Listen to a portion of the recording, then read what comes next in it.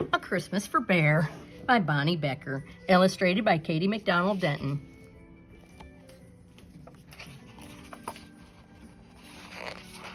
A Christmas for Bear.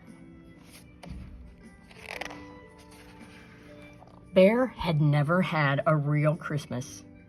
He'd never had a tree with a sparkling star, or candy canes, or even gingerbread bears. But he'd read all about it. Clearly, the most important thing was pickles.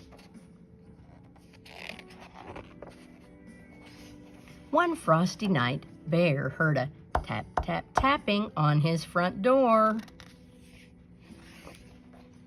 When he opened the door, there was Mouse, small and gray and bright-eyed.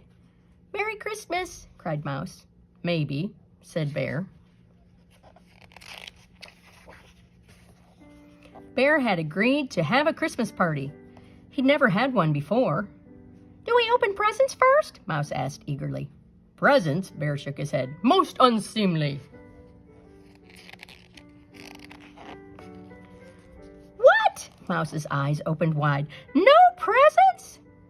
"We shall sit around the tree and eat. I might even read a poem." "Surely that will do," Bear declared. And Bear went into the kitchen to get the Christmas pickles. But when he came back, no Mouse. "Mouse, where are you?" Mouse didn't answer. Bear heard a tiny scurrying sound. It was coming from upstairs. Bear climbed the stairs to his bedroom. The scurry sound was under his bed. "Mouse?" "Yes," came the muffled voice. "Are you looking for a present?" Mouse peeped out from under the bed. He had a bit of dust on his nose. "Perhaps," said Mouse. "Unnecessary hogwash," Bear scolded. "We have pickles, remember?" "Oh," said Mouse, and Mouse trudged behind Bear back to the living room. Bear went to the kitchen to get the cheese. But when he got back to the living room, no Mouse. "Mouse, you're looking for a present again, aren't you?" "Maybe," came a tiny voice. It was out in the hall. Bear opened the closet door. There was Mouse, small and gray and guilty-eyed. "Not even one tiny present," squeaked Mouse. "The pickles are from France," declared Bear. "But surely—" "And furthermore," Bear continued, "I shall be reading a long and difficult poem." Then Bear headed back to the kitchen to get the cookies. But before he got there, he quietly turned and tiptoed back to the living room. No Mouse, of course. Mouse! Mouse scampered out from behind the tree, tinsel dangling from one ear. "Pickles and poems!" bellowed Bear. "That is the Christmas spirit!" "Yes, Bear," sighed Mouse. Mouse sat in front of the crackling fire. Bear served them pickles and cheese and cookies and tea smelling of cinnamon and oranges. Bear nibbled and sipped. Mouse did too, but his tail was sad. Bear cleared his throat. Mouse looked up. "'Twas the night before Christmas," Bear pronounced, "when all through the house not a creature was stirring, not even a mouse."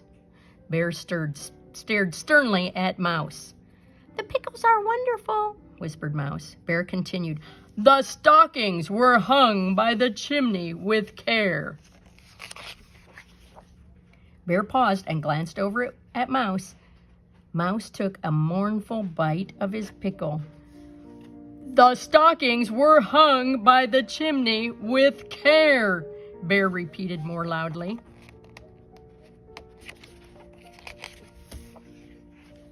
"The stockings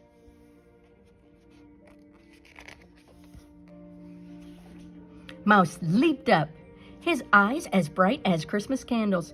"You do have a present for me," he cried, pointing at the mantle. "You have stockings." "Certainly not. Impossible! Monstrous assumption," rumbled Bear, but he was smiling. Mouse scrambled into his stocking and popped back out with a package wrapped in sparkling red paper. Bear looked on eagerly as Mouse tore off the wrapping. "It is the best present." "Oh, it is the best present ever," Bear announced proudly, "even if it's not a pickle." Inside was a shiny silver telescope. Bear hurried Mouse out into the crisp winter night, and Mouse pointed the telescope toward the glowing moon. "Most wonderful," Mouse said softly. "Thank you, Bear." "Yes, indeed," Bear smiled and then looked at Mouse. "Well?" "What?" Mouse was busy studying the stars with his new telescope. "Mouse, you didn't forget, did you?" Bear looked most stricken. "Pickles and poems," said Mouse. Then he turned the telescope toward a nearby fir tree. "And presents!" And there, peeking out from the snowy branches, was a big red bow. Bear hurried over and pulled out a wooden sled with shiny red runners. "I've always wanted a sled with shiny red runners," said Bear. "Thank you, Mouse. You are..." Bear swallowed. "You are an excellent companion, someone of whom I am most fond. "You are my best friend, too," said Mouse with a happy flick of his whiskers. "Merry Christmas, Bear." "Merry Christmas, Mouse," cried Bear. And then Mouse and Bear jumped on the sled and swooped down the hill under the shining stars of Christmas.